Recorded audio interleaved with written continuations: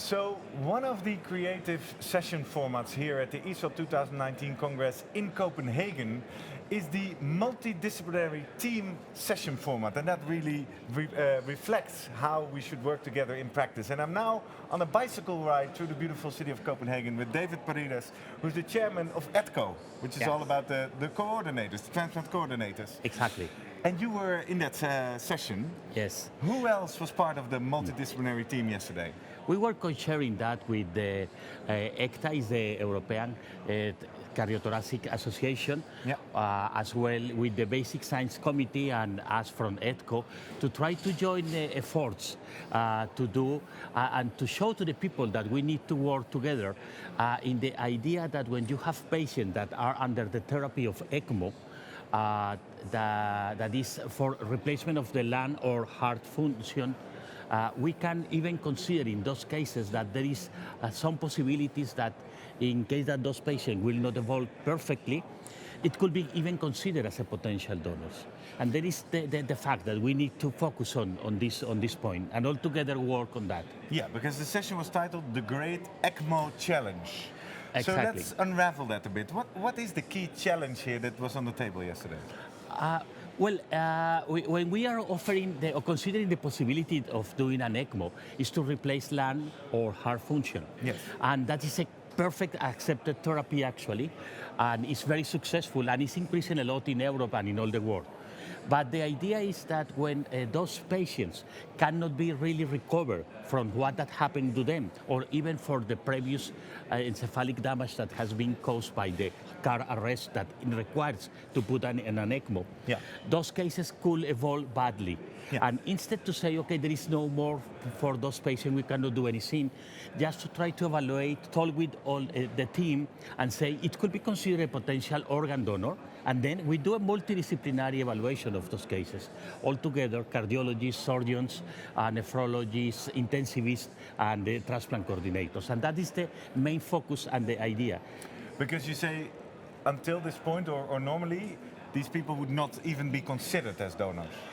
Very rarely. There are some... because they are considered too damaged, or why are they too not damaged, on the list? exactly. They are considered too damaged, and maybe they say there is no recovery option, no recovery of the lung or the heart, and they say, oh, we cannot do anything more, unfortunately for that patient. But then we can even consider that donation will be part of this end-of-life care. And that's the idea that in some countries it has been done, some publications have been recently done about that from the intensivists, but there is only very few percentage of the possibilities of those cases that are taken into account. And then that's why we did this multidisciplinarity. And it has been really attended by a lot of people, well accepted by the people, but it requires multidisciplinary discussion. Why? What are the pros and cons from the different perspectives? Well, the main point is that you can approach to that, but you need to talk with the people that is engaged in the ICU, in cardiology, and in ECMO therapy, and nurses, and all the people, even the patients, to tell, okay, we are offering this to save the patient life and to allow him to recover from heart or lung dysfunction. But in the case that it was impossible because there is no possibility to recover, or an additional brain severe damage because of complication of the ECMO therapy, or a previous brain damage, then this person can be considered as a donor. And actually, most of the cases, the people say no option, no viability, no, it's a futile treatment for the patient to continue with that, and then they stop. And even before stopping, we should think it could be a potential donor, and then there are some groups that are now working on that, but there is a lot of reluctance. Why? Where's the resistance seat, or what's that? Because the people say, we are talking about a patient to treat the patient, and they stop when the patient dies, when the patient finishes, and they don't seek anything more. And it requires to think in a further step. So would it be fair to broaden that in general? So this is not per se related to ECMO, but in general there should be more awareness that when a therapy fails, you can still move on. Exactly. You can still be a donor. If a therapy fails and your life cannot be saved, you can still be a donor. And even those cases, the ECMO therapy, the strategy of the ECMO therapy can be used in some cases already donors, already brain dead patients or patients that have a very unstable hemodynamic situation because of the brain dead situation, that can be recover the organs using the ECMO strategy. So it's like using that to recover the organs in patients that have been already diagnosed of brain death. And it's something that requires a big involvement of the group and thinking in advance. Not only we are not anymore able to treat the patient, but we are able to treat the organs and to recover the organs. But I guess it's very difficult to understand or to organize where do you cross the line. I've always learned, I'm from the Netherlands, I believe it's a case that never the same team that tries to save my life could be the team that also tries to harvest my organs. So how does that happen here? It requires a big change in the mind of not only healthcare professionals, but as well the society. The society follow what we are offering them and what is our trust and our convincement.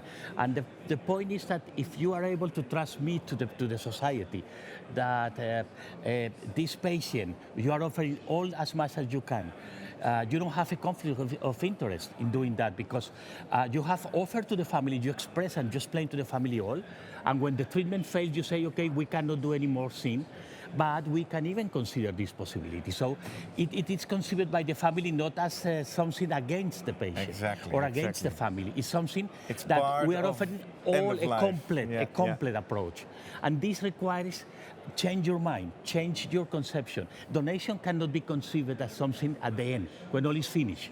It must be conceived in a very severe and critical situation, in any very severe and critical situation, that of course our responsibility is to treat the patient and to recover. But if we fail because we cannot do that or there is any additional complication, then we can consider the other possibility. And I guess the key lesson that our viewers can take for this, that this might almost seem obvious when you're in the field of transplantation, but in the broader scope of the hospital, a lot of people are not even aware of this. Exactly, because you are all the day working on that.